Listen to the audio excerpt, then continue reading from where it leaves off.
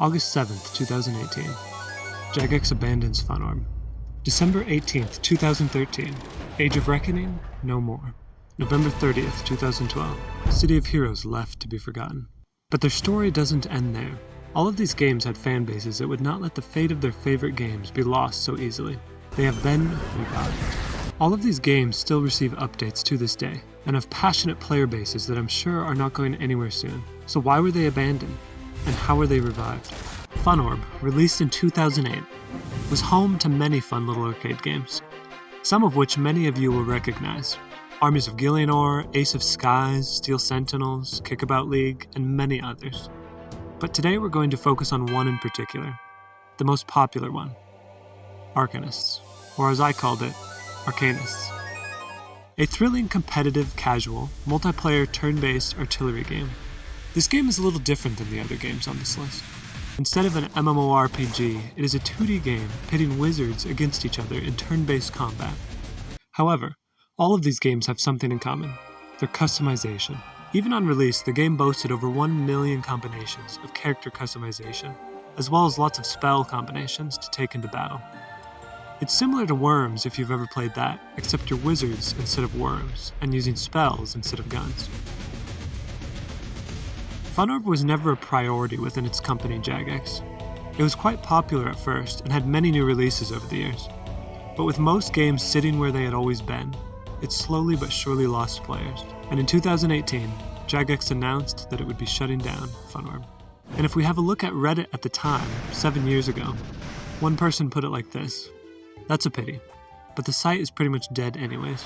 I still hope Arcanists can see a revival at some point in the future. I truly believe Jagex has been sitting on a game with a ton of potential for a decade now, and completely dropped the ball with it. Maybe even a complete rewrite of the game on a different platform. Needs a Steam release." Speaking of, that's exactly what has happened. July 15th, 2024, Arcanists has been released on Steam. Pure Extreme, a solo developer along with a few passionate people, remade the game, having it playable for years, and eventually got it released on Steam. It now boasts even more customization, more spellbooks, more maps, and is now even completely free to play. Without a passionate community backing these games, these remakes would never exist, let alone still offer a population to engage with. Incredible remake of the once lost Jagex game of the same name. Without Pure, this game would no longer exist. Thank you for bringing back such an incredibly tactical and nostalgic game.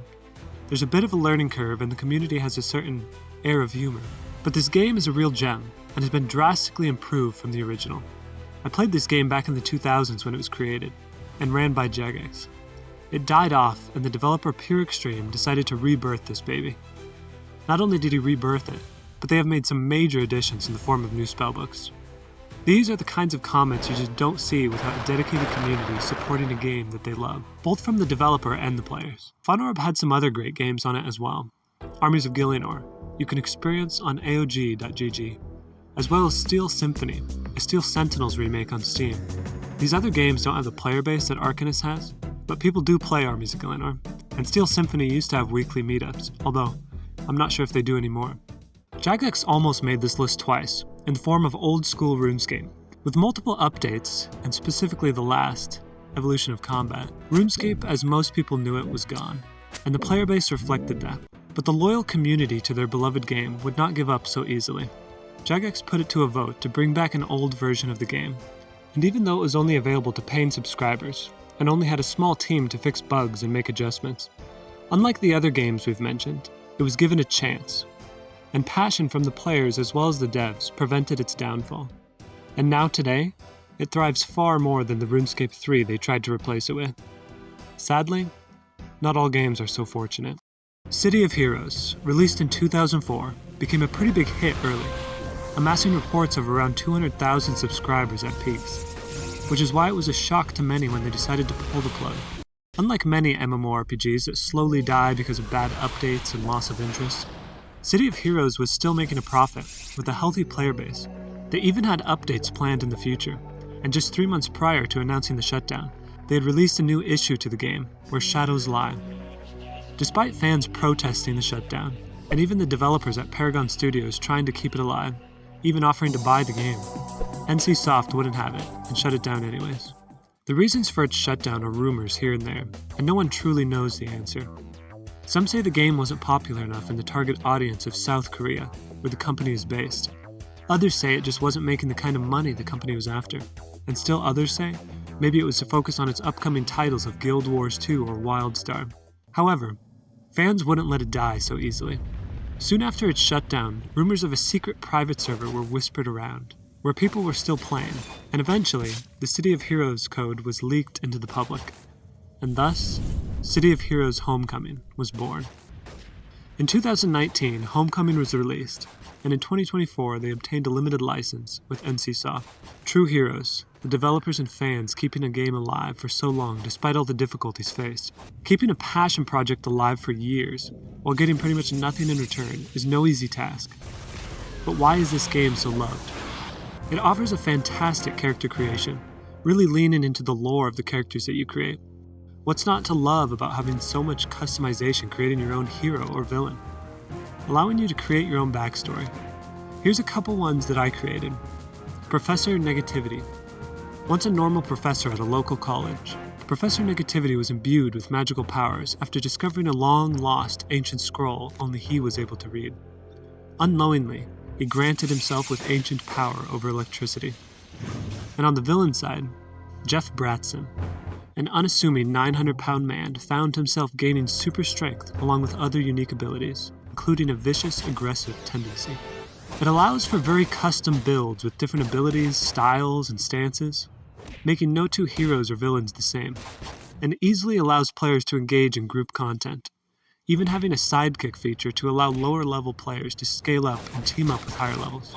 The city is pretty dangerous, just random people getting mugged on the side of the road. And what am I supposed to do, just walk away? I can't do that, I'm a hero.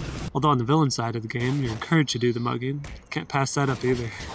Star Wars Galaxies. Released in 2003, giving players the chance to experience the galaxy firsthand. Explore multiple worlds from the dunes of Tatooine to the cities of Naboo, making your own way through the galaxy. From Wookiees to Rodians and brawlers to entertainers. You're just a simple man making your way through the galaxy. At least for 8 years. After multiple updates contributing to its downfall, the game suffered, and without a renewal of a license from LucasArts, was shut down in 2011. But the community never gave up. In fact, well before the shutdown of the servers, Star Wars Galaxy EMU was already in production, to offer players the experience of when the game was newer, before the plague of updates. And now many servers still thrive. EMU, Restoration, Legends, and many others, offering different stages of the game with different playing experiences. Some are more true to the original, while others have much more content and offer new experiences. These games haven't survived off nostalgia alone. Nostalgia might contribute fond memories of a game once played, but these games have communities that have spent time and money creating these once-lost games, because they offer something that other games don't satisfy. It's not easy to keep a game alive. Once abandoned, it will lose a lot of player base, and obviously, you're not a game studio with a full production team. It's often not your full-time job, but despite all these difficulties, they persist through. So why was it so loved? Bro, SWG was one of the best MMOs of all time. So tired of being a Jedi or Commando. Star Wars Galaxy let you be whatever, especially pre-CU. I played a Carbineer/Droid engineer, and it was so much fun. You can pick from among different species of Star Wars, choose a career path that fits you, and customize your abilities as you go, making for some interesting and unique builds, which of course later on changed to be more simplistic, as well as adding a Jedi class, instead of earning your way to be a Jedi, which you can experience both now depending on the server you choose to play. Star Wars Galaxies was a game you exist in. The combat is not so thrilling that you'll play it just for the combat. The quests aren't so amazing that you'll be hooked just for the quest text. It's not that. It's the combination of all the little things that made the world fun to exist in. Meeting entertainers and doctors and weapons/armor smiths, tailors, merchants of all kinds, learning different communities in different player cities, associating with one planet in particular and becoming friends with others that choose the same place to exist in. It's a different kind of game, and it's so much better for it. Modern MMORPGs wish they could attain what was peak Star Wars Galaxies, the combat upgrade. Change the combat to be more like other MMORPGs, which I've seen other companies do as well. It's like companies don't understand that you like different games for different reasons, and they should embrace that uniqueness rather than just trying to money grab by copying whatever is more popular at the time.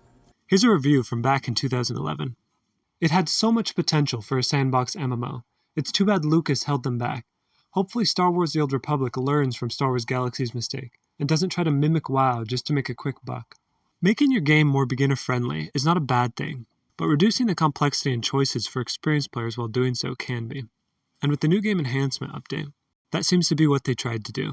Reducing complexity for new players, but also reducing what players had been achieving in their game. It's a balance every game tries to achieve, some getting closer to that balance than others.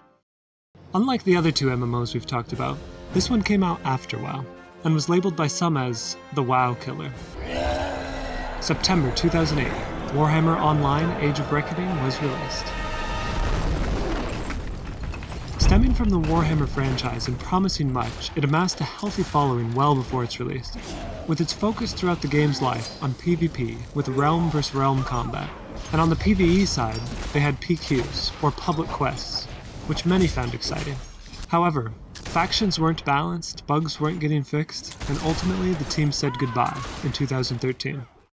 And in their goodbye, one of the producers wrote, "Never put anything in the game that isn't done yet, and hint that it's coming soon." Honestly, this should kind of be a no-brainer. But time and time again, companies seem to push this very thing. Releasing a game in good time is not superior than releasing a good game in time. And that's why fans don't give up as easily as big corporations, because they care about good games, not so much good money. Even before the shutdown, a private server was in the making, by Docs. Although incomplete, it helped pave the way for what is now Return of Reckoning.